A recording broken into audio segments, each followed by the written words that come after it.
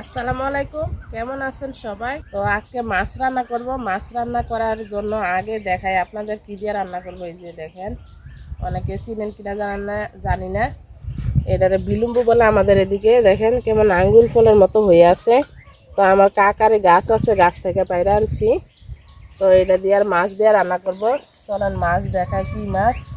আর আজকে দেখেন, আজকে 3 দিন ধরে শুনতেছি যে বৃষ্টি হইব। তো বৃষ্টি আর হয় না, আকাশ অন্ধকার হয়ে আছে। একটা বৃষ্টি আসলো খুব ভালো হইতো, আমের জন্য খুব, কাঁঠালের জন্য খুবই ভালো হইতো একটা বৃষ্টি আসলো। আম কাঁঠাল সব ফেরা যেতেছে জোরে জোরে। এই ফুল গাছগুলা দেখেন কত যে সুন্দর লাগতেছে দেখতে। আর এদিকে কলি আইতেছে, একটা দুটা করে ফুল ফুটবো। আর এই যে মাছ দেখেন, মাছ রাখছে পাতিলে। হ্যাঁ, এই যে দেখেন মাছ, মাছে এখন কি অবস্থা করে দিয়েছে। তো এগুলো আমাদের এদিকে খাল আছে, তো খালের মাছ বা ছোটো ছোটো ছোটো ছোটো ডুবা আছে, ছোটো ছোটো গর্ত আছে, পুষ্কুনি আছে। তো এগুলা থেকে এই মাছগুলো ধরে। তো সবগুলা রান্না করব না আমি, আলু দিয়া আর এই যে বিলম্বু দিয়া পাতলা ঝোল রান্না করব, হালকা টক টক করে। মাছ দেখেন সিটা বিটা, ওই যে পানি তো আসা পড়ছে মাছ। এগুলা কাটতেই কষ্ট মাছ। তো মাছগুলা কাটটা নেই, মাছ কাটা নিব। মাছ কাটতে যে আজকে আমার কি পরিমাণ সময় লাগে আল্লাহ পাকে জানে। আর এই জীবিত মাছ পোড়া অনেক সমস্যা, করতে একটু সময় লাগে বেশি। আর কদিন পরে যখন বৃষ্টি আইব, আমাদের এদিকে খাল আছে, খাল থেকে অনেক এইসব মাছ ধরা পড়ে পরে। এগুলা টক রান্না করলে, আলু দিয়ে ঝোল রান্না করলে অনেক মজা লাগে। তো এখনই পাইছি এই মাছগুলা, বৃষ্টি এলে পাওয়া যাবে বেশি। ছাই নিয়ে নিছি, ছাই ছাড়া এই মাছ কাটা যাব না।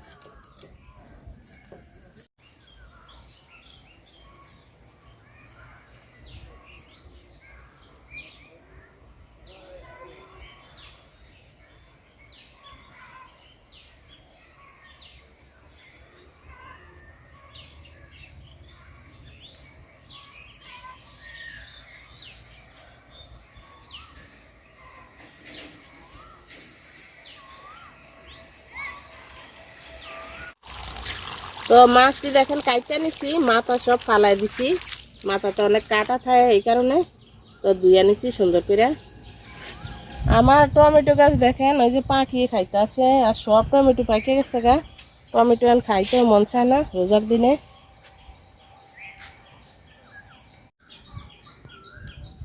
তো এই যে বিলম্বু নিয়ে নিছি, এই যে মুখটা ফালাইয়া কাইটা নিয়ে নিব। সবগুলা দিব না, এটা অনেক টক লাগে, অল্প কাটা দিব। তো এই যে এটার ভিতরে দেখেন, রোজা না থাকলে একটা খাইতাম, অনেক টক, লবণ আর মরিচের গুঁড়া দিয়ে খাওয়া যায় এগুলা। আর কত সুন্দর দেখা যায় দেখেন। তো জিরা, কাঁচামরিচ, রসুন আর পেঁয়াজ নিয়ে নিছি, বাইটটা তরকারি দিব।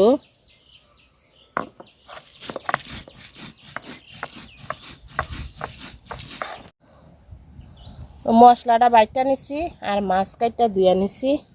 এই যে বিলম্বু যে কাইটটা নিছি এখানে, আর এই যে আলু বড় বড় করে কাইটটা নিছি। আলু দিয়ে বিলম্বু দিয়ে মাছ দিয়ে ঝোল রান্না করব।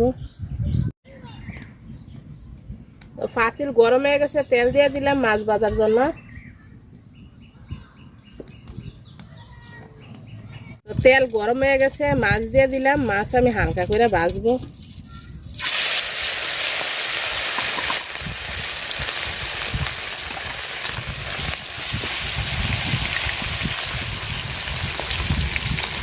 এই এই মাছগুলা টক রান্না করলে, টকের ভিতরে বেশি ভালো লাগে। ছোট মাছ,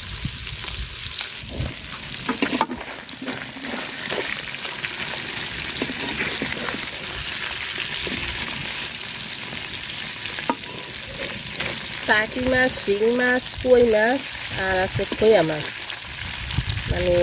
3-4 পদের মাছ মিলানো। আর মাছের মাথাটা ফালাই দিছি। মাথাটা তো অনেক কাটা থাকে, রোজার দিনে কে কাটা বাঁচবো। তো মাছটা ভাজা নিছি, তুলে নিব।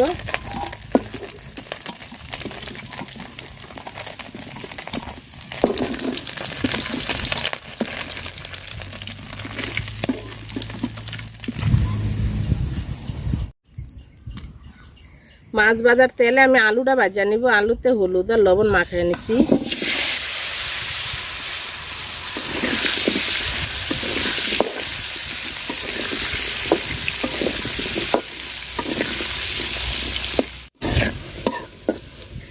আলুটা আমি ভাজা নিছি, তুলে নিব।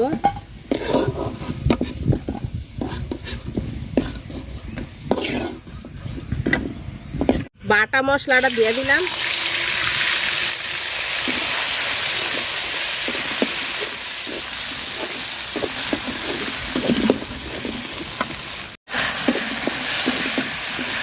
মশলাটা তেলের সাথে সুন্দর করে ভাজা নিচ্ছি। তো একটু পানি দিয়ে দিব,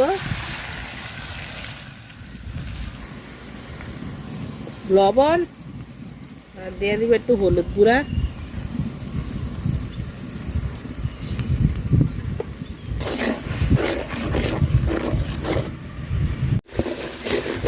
মশলাটা সুন্দর করে কষায় নিছি। তো আলুটি দিয়ে দিব, দিয়ে আর একটু কষায় নিব। আলুটা হালকা সিদ্ধ করে নিব। কষালে বিলম্ব তো টক, তারপরে বিলম্ব দিলে আর আলু সিদ্ধ হইব না। তো আলুটা দেখেন আমি সুন্দর করে কষায় নিচ্ছি মশলার সাথে, কত সুন্দর দেখা যাইতেছে। বিলম্বটি দিয়ে দিব, বিলম্বটি দিয়ে দিয়ে আবার কষাবো।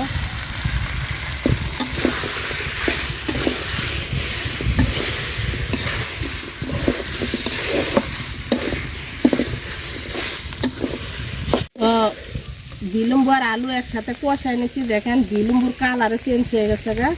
তো ঝোলের পানি দিয়ে দিব এখন। আমি হালকা ঝোল রাখবো, এই জন্য একটু পানিটা বেশি করে দিলাম।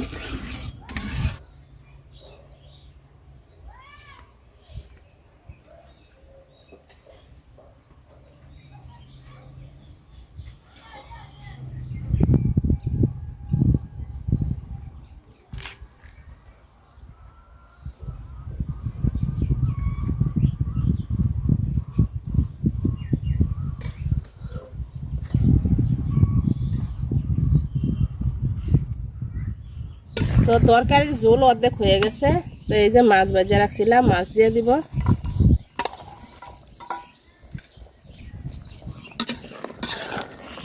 তো তরকারি হয়ে গেছে, দেখেন এই যে আলু সিদ্ধ হয়ে গেছে। তো নামাই নিব এখন। তো নামাই নিলাম তরকারি। তো একটু ঝোল ঝোল রাখতে চাইছিলাম, ঝোল আরও টাইনা যাইব আলুতে। তো যারা যারা এতক্ষণ ধরে ভিডিওটা দেখছেন সবাই অনেক অনেক ধন্যবাদ। আর দেখেন আমার দক্ষিণ দিকে কত সুন্দর দেখা যাইতেছে দেখতে। তো আল্লাহ হাফেজ, আসসালামু আলাইকুম। সবাই খুব ভালো থাকেন।